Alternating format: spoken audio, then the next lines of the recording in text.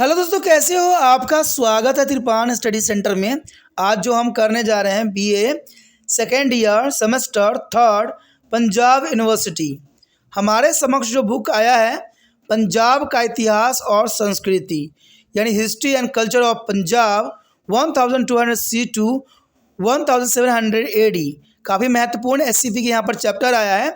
इसके अंतर्गत हमारा जो आज सिलेबस है वह सिख धर्म में परिवर्तन, आदि ग्रंथ का संकलन और गुरु अर्जन देव जी की शहादत। यानी देखा जाए तो transformation of Sikhism, combinations of आदि ग्रंथ and methods of Guru Arjan Dev. ये टॉपिक काफ़ी महत्वपूर्ण रहेगा और इस पर हम हर एक बात पे प्रकाश डालेंगे और सभी पहलुओं पर एनालाइज करेंगे, जो कि काफ़ी महत्वपूर्ण आप लोगों के लिए रहेगा। लेकिन चैप्टर स्टार्ट करने से पहले एक बात जो मैं हमेशा कहता हूँ, जिसको आपको सोचना भी चाहिए, विचार भी करना चाहिए, इवन अमल भी करना चाहिए, वो ये है कि जब भी वीडियो देखिए पूरा देखिए, क्योंकि अधूरा जानकारी सदैव खतरनाक होता है। साथ में एक इंपॉर्टेंट बात ये भी रहता है, अगर आप पहली बार वीडियो देख रहे हो तो लाइक शेयर सब्सक्राइब करना मत भूलना, क्योंकि दोस्तों लाइक कीजिएगा तो बनाने वाले का मनोबल बढ़ता है, सब्सक्राइब कीजिएगा तो इससे ये होता है कि जब भी मैं कोई वीडियो डालूंगा उसका नोटिफिकेशन आपको समय रहते मिल जाएगा। और देखिए शेयर का मतलब ये होता है कि आपके थ्रू ना जाने किन बच्चों को हेल्प मिल जाए, ये आप भी नहीं जानोगे, इसलिए जो है आप शेयर जरूर करो, ठीक है। व्हाट्सएप स्टेटस पे भी लगाओ। दोस्तों एनएसएस सेंटर जो कई मानने में बहुत से बच्चों के लिए हेल्पफुल है, चाहे वो 8th क्लास हो, 9th 10th 11th 12th हो, चाहे वो NIOS बोर्ड के बच्चे हों, ठीक है, चाहे BA MA के बच्चे हो, सभी क्लासों के लिए कुछ ना कुछ जो है त्रिपान एनएसएस सेंटर में उपलब्ध है। तो इसलिए आपके लिए ज़रूरी है कि आप सब्सक्राइब करके इसको चैनल को जो है सेव कर लो, नहीं तो बाद में अगर रिसर्च करोगे तो शायद आपको ये चैनल प्राप्त ना हो। तो इसलिए सोचना नहीं, विचार नहीं करना है, सब्सक्राइब करके जो है अपने पास सेव करना है। दोस्तों ये तो बात था आपके लिए, लेकिन आप देखते हैं हमारा आज टॉपिक क्या है। आज जो हम करने जा रहे हैं काफ़ी महत्वपूर्ण है। एससीपी के चैप्टर जो है सिख धर्म में परिवर्तन, आदि ग्रंथ का संकलन और गुरु अर्जन देव जी की शहादत। काफ़ी महत्वपूर्ण चैप्टर है। बात करें 1604 ईस्वी में, जब आदि ग्रंथ का संकलन गुरु अर्जन देव जी का सबसे महत्वपूर्ण और स्मरणीय कार्य था, जिसको 1604 में गुरु अर्जन देव जी ने संकलन किया था। यह गुरु जी की सबसे बड़ी उपलब्धियां तथा सिख धर्म के विकास में एक महत्वपूर्ण कदम था। गुरु अर्जन देव ने इस पुस्तक को ईश्वर का धाम की संज्ञा दी। गुरु अर्जन देव जी ने इस पुस्तक को जो है ईश्वर की धाम का संज्ञा दिया और यह सिखों का प्रमाणित ग्रंथ है तथा उनके धर्म भी संहिता भी है। यानी देखा जाए तो आदि ग्रंथ जो है सिखों के लिए पवित्र ग्रंथ है और काफ़ी महत्वपूर्ण है। अगर हम आगे बात करें पहले पॉइंट की, जिसमें दर्शाया गया है कि आदि ग्रंथ का संकलन की आवश्यकता क्यों पड़ी। आखिर देखा जाए तो आदि ग्रंथ के संकलन की आवश्यकता क्यों पड़ी। आदि ग्रंथ या गुरु ग्रंथ साहिब के संकलन के लिए गुरु अर्जन देव अनेक कारणों से प्रेरित हुए और इनमें से कुछ कारण हम यहाँ पर एनालाइज करेंगे, समझने की कोशिश करेंगे कि आखिर गुरु अर्जन देव जी ने आदि ग्रंथ यानी गुरु ग्रंथ साहिब का जो संकलन करने के लिए प्रेरित क्यों हुए, क्या कारण था। तो देखा जाए पहला पॉइंट यही आता है कि सिख गुरुओं के कार्यों को संरक्षित करना।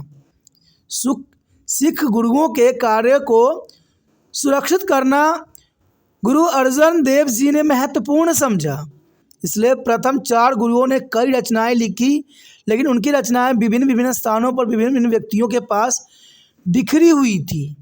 यानी देखा जाए तो पहले 4 गुरुओं ने बहुत सी रचनाएं की, लेकिन ये रचनाएं एक जगह इकट्ठा नहीं थी, ये विभिन्न विभिन्न स्थानों पर विभिन्न विभिन्न व्यक्तियों के पास थी। अंततः इन रचनाओं को खो जाने का खतरा बरकरार था या नष्ट होने का भी खतरा लगी थी। इसलिए गुरु अर्जन देव ने इसे सबको एकत्र करने का एक ग्रंथ के रूप में संकलित करने की आवश्यकता समझी, क्योंकि जब तक ये एक नहीं होगा तब तक जो है यहाँ पर इनको सुरक्षित नहीं किया जा सकता। तो ये बहुत बड़ा जो है यहाँ पर जो है इम्पोर्टेंट थी। गुरु अर्जन देव जी ने जो है आदि ग्रंथ साहब की जो है किस प्रकार संकलन किया। अगर अगली बात की तरफ अगर हम ध्यान दें, पुथिया को अवांछित कार्य से रोकना। पुथिया तथा अन्य कई स्वार्थी लोग गैर कानूनी ढंग से सिख गुरुओं के नाम पर बहुत से शब्द लिख रहे थे। इससे देखा जाए तो जो गुरुओं की उपदेश थे, जो उद्देश्य थे, वो नष्ट हो रहे थे। देखा जाए तो पुथिया जो थे वो गुरु ग्रंथ साहब की बताई गई बातों से पृथक बातें लिख रहे थे और आम सिखों के लिए उन झूठे रचनाओं एवं गुरुओं के मूल रचनाओं के अंतर करना बहुत कठिन हो गया था। जब गुरु अर्जन देव जी को इस बात का पता चला तो उन्होंने गुरुओं के मूल रचनाओं को एक ग्रंथ में संकलित करने का निश्चय किया, क्योंकि देखा जाए यहाँ पर पृथ्वी के जो विचारधारा थे वो कदाचित जग कल्याण के नहीं थे। उसका सिर्फ कार्य था कि सिखों में झूठी रचनाओं को फैलाया जाए और सिखों को जो है गलत रास्तों पर ले जाया जाए। इन्हीं कारणों से यहाँ पर जो है गुरु अर्जन देव जी ने जो है गुरुओं की मूल रचनाओं को एक ग्रंथ में संकलित करने का निश्चित किया। अगली पॉइंट पर हम देखें तो कहते हैं सिखों के मार्ग निर्देश के लिए नियम तथा कानून बनाना जरूरी था, क्योंकि सिखों को मार्गदर्शन निर्देश देने के लिए नियम और कानून होना काफ़ी महत्वपूर्ण थी। गुरु अर्जन देव अपने शिष्यों के लिए ऐसे सिद्धांतों की रचना करना चाहते थे जिन पर चलकर ये योग्य अपना धार्मिक जीवन व्यतीत कर सके, और अपने इस उद्देश्य की प्राप्ति के लिए उन्होंने एक ग्रंथ तैयार करने का निश्चय किया। उन्होंने यह अनुभव किया कि यदि वो इन सिद्धांतों को एक ग्रंथ के रूप में लोगों के सामने रखेंगे तो हमेशा के लिए उनके शिष्य के लिए प्रेरणा का स्रोत बनेगा, और जो गुरुओं ने जो नियम बताए हैं उसी नियम पर आने वाला समय में हर एक शिष्य जो है चलेगा। अगर ये लिखी हुई बात नहीं रहेगी तो कोई भी व्यक्ति जो है उसको बदल सकता है। जैसे भारत के संविधान भी लिखित रूप में लिखी गई, क्योंकि यहाँ के लोग जो है सब शब्दों को बदलने में और हेर फेर करने में काफ़ी महत्वपूर्ण योगदान दे सकते थे, इसलिए हमारे संविधान को भी लिखित रूप दिया गया। उसी प्रकार गुरु अर्जन देव जी ने भी जो है आदि ग्रंथ साहब में हर बातों को लिखित रूप में और अपने शिष्यों के लिए प्रेरणा के रूप में आदि ग्रंथ साहब की जो है रचना किया। आगे अगर हम बात करें, सिख धर्म को एक अलग तथा स्वतंत्र अस्तित्व प्रदान करना, ये भी गुरु अर्जन देव जी का सबसे महत्वपूर्ण महत्वाकांक्षा था कि सिख धर्म को एक अलग तथा स्वतंत्र अस्तित्व प्रदान करना। सिख कौम को अलग और स्वतंत्र अस्तित्व के लिए उन्हें एक धार्मिक प्रेरणा का स्रोत उपलब्ध कराना काफ़ी महत्वपूर्ण था, और सिखों के पास अपनी अलग लिपि तथा भाषा थी। अब उन्हें इनके विकास के लिए साहित्य की आवश्यकता थी, और हिंदुओं को साहित्य संस्कृति भाषा में था जो आम आदमियों के समझ से परे था। गुरु अर्जन देव ने यह अनुभव किया कि आम आदमियों की धार्मिक साहित्य नहीं कि मातृभाषा में उपलब्ध होना चाहिए, ताकि वह बिना किसी पंडित के सहायता से स्वयं भी पढ़ सके, समझ सके। और ये काफ़ी महत्वपूर्ण होता है। कहते हैं भाषा वही होता है जो एक दूसरे को समझ सके, समझा सके। भाषा वो नहीं होता जो आपके समझ से ही परे हो। इसलिए गुरु अर्जन देव जी ने यहाँ पर जो है सिख धर्म के अस्तित्व को बचाने के लिए उन्होंने जो है आदि ग्रंथ साहब की रचना की। देखा जाए तो अगली पॉइंट पे अगर नज़र दौड़ाएं तो कहते हैं गुरु अमरदास के दिव्य शब्दों का संकलन। कुछ इतिहासकार का यह मानना है कि गुरु अर्जन देव ने आदि ग्रंथ का संकलन अपने गुरु अमरदास के निर्देश का पालन करने के लिए किया। अब देखिए, बहुत से लेखकों का, इतिहासकारों का अपना अपना विचारधारा है, और हो भी सकता है, इसमें कोई दो राय नहीं है कि गुरु अमरदास ने जरूर निर्देश दिए होंगे, ऐसी कोई बड़ी बात नहीं है। गुरु अमरदास ने आनंद राम की 23वीं और 24वीं पौड़ी में यह स्पष्ट रूप से कहा है कि सिखों को केवल गुरुओं के शब्दों का ही जाप करनी चाहिए। इसलिए गुरु अर्जन देव ने ऐसा संकलन करने का निर्णय किया जिसमें केवल सिख गुरुओं के धार्मिक एवं दिव्य वचनों का ही संग्रह है। तो ये काफ़ी महत्वपूर्ण है कि गुरुओं का विचार का संकलन करना गुरु अर्जन देव जी का एक उत्तम और महत्वपूर्ण कार्य था। आगे अगर हम पॉइंट पर नजर दौड़ाएं, अन्य स्रोत से सामग्री का संकलन। कहते हैं गुरु अर्जन देव ने प्रथम 2 गुरुओं के वचनों में संबंधित बहुत सी जानकारी और सामग्री शुरू गुरु अमरदास के बेटे बाबा मोहन से प्राप्त की थी। ठीक है, ये काफ़ी महत्वपूर्ण बात था कि गुरु अर्जन देव ने प्रथम 2 गुरुओं के वचन जो है बहुत सी जानकारी उन्होंने गुरु अमरदास के बेटे बाबा मोहन दास से प्राप्त कर लिया था, और अपने उद्देश्य की प्राप्ति के लिए उन्होंने हिंदू और मुस्लिम व्यक्तियों तथा संतों की भी सेवा प्राप्त की। उन्होंने अपने शिष्य पैरो और पेरा को श्रीलंका भेजा ताकि वहाँ से गुरु नानक देव का संकलन परसागली भारत लाई जा सके, जो कि काफ़ी महत्वपूर्ण था। और इसलिए उन्होंने अपने शिष्य प्यारे और पेरा को जो है श्रीलंका भेजा। तो ये काफ़ी महत्वपूर्ण है। आगे हम अगर देखें, आदि ग्रंथ का संकलन, कहते हैं आदि ग्रंथ का वास्तविक नाम पोथी साहिब था। आदि ग्रंथ का वास्तविक नाम जो था पोथी साहब था, जिसे गुरु अर्जन देव ने निर्देश में भाई गुरदास ने लिखा। यानी देखा जाए तो गुरु अर्जन देव के निर्देश में भाई गुरदास ने इसको लिखा। और भाई गुरदास एक महान विद्वान तथा उच्च श्रेणी के कवि थे। सिखों में उनके काव्य लेखन कला ज्ञान तथा उच्च तौर तरीके के लिए बड़ा ही सम्मान था। वो एक महान उपदेशक तथा सिख धर्म के बहुत बड़े ज्ञाता थे। उन्होंने गुरु अर्जन देव के कार्य का प्रबंधन भी किया तथा ग्रंथ के संकलन जैसे महान कार्य में उनकी सहायता भी की। इस प्रकार पवित्र ग्रंथ के संकलन के कार्य के लिए भाई गुरदास का चयन बिल्कुल ही सही था, क्योंकि ये योग्य थे, महत्वपूर्ण थे और सबसे उच्च कोटि के विद्वान के साथ साथ एक कवि भी थे। और कवि होने का अर्थ था कि जो छंदे थे वो कविताओं में उन्होंने गढ़ दिया। मैकलिफ लिखते हैं कि इस पवित्र ग्रंथ के आकलन का कार्य अमृतसर के एकांत स्थल पर आरंभ किया गया और यह स्थान पेड़ों के बीच था और उसका प्राकृतिक सौंदर्य अनुपम था।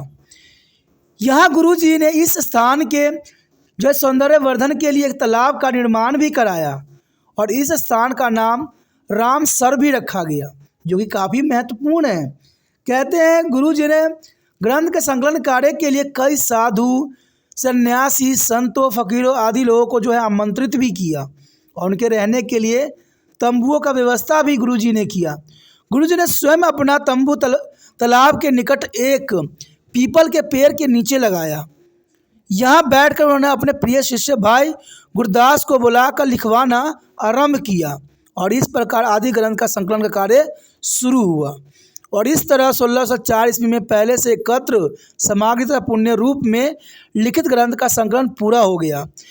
भाई बुढ़ा तथा भाई गुरदास को आग्रह पर पांचवें गुरु अर्जन देव ने ग्रंथ का जो है हर मंदिर साहिब में स्थापित किया।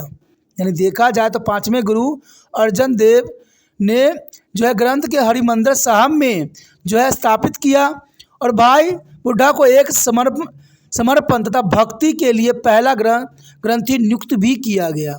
यानी देखा जाए तो भाई बुढ़ा को जो है उनके समर्पण तथा भक्ति के लिए उनको जो है पहला ग्रंथी नियुक्त किया गया, जो कि काफ़ी सिख धर्म के लिए महत्वपूर्ण था।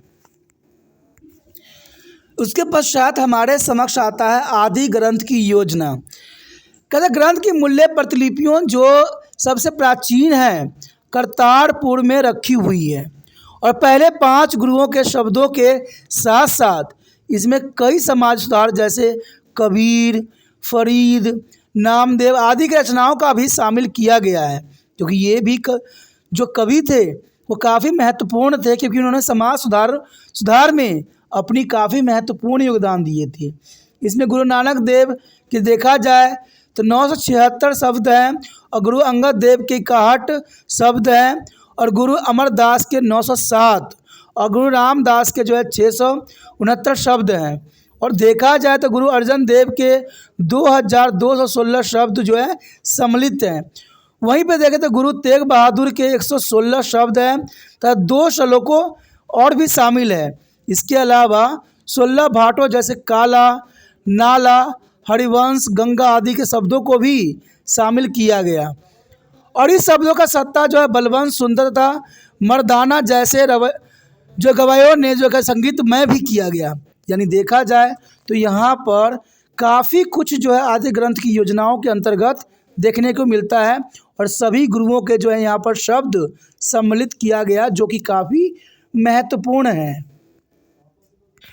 उसके पश्चात हमारे समक्ष आता है भाषा तथा विषय वस्तु की प्राकृतिक। देखा जाए तो आदि ग्रंथ के बहुत से शब्द 15वीं तथा 16वीं शताब्दी के प्रचलित पंजाबी भाषा से लिखे गए हैं, लेकिन भाटों के शब्द में हिंदी, फारसी और अन्य भारतीय भाषाओं का भी इसमें बहुत ही प्रयोग हुए हैं।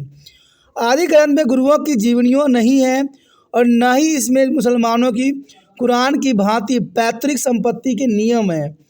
विवाह आदि के बारे में कोई नियम दिए गए हैं, यानी देखा है विवाह आदि के बारे में कोई नियम दिए गए हैं और इसका संबंध गुरु नानक देव तथा उनके उत्तराधिकारी के उपदेश तथा दूसरे भाटों के सिख धर्म के अनुरूप विचार से है।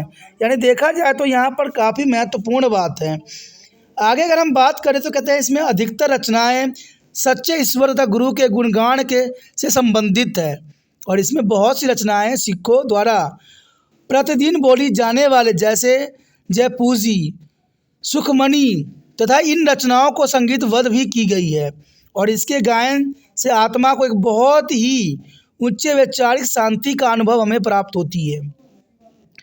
इस पवित्र ग्रंथ का शब्द सिखों के विश्वास तथा सिद्धांतों के परिचालक है, इसलिए गुरुओं के अनुयायियों के इस पर पुण्य विश्वास इसी आधार पर है कि इनमें से कुछ लिखा है वही पुण्य सत्य है।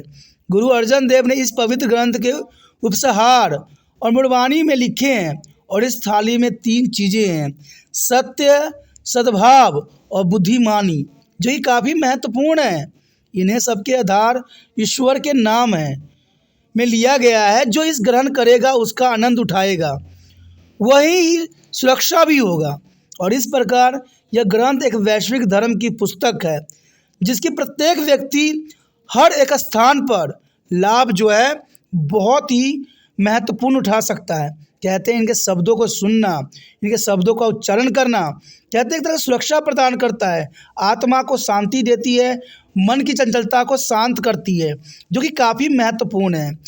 तो इसी के साथ हमारा ये टॉपिक ख़त्म हो जाता है जो कि काफ़ी महत्वपूर्ण था एग्ज़ाम व्यू से। अगर आपको समझ में आया, अच्छा लगा, अगर आप दिल से त्रिपाण सेंटर की मदद करने की विश्वास रखते हो तो जितना हो सके इस वीडियो को शेयर करने की भावना आपके मन से जाना नहीं चाहिए, ठीक है, इसलिए शेयर कीजिए।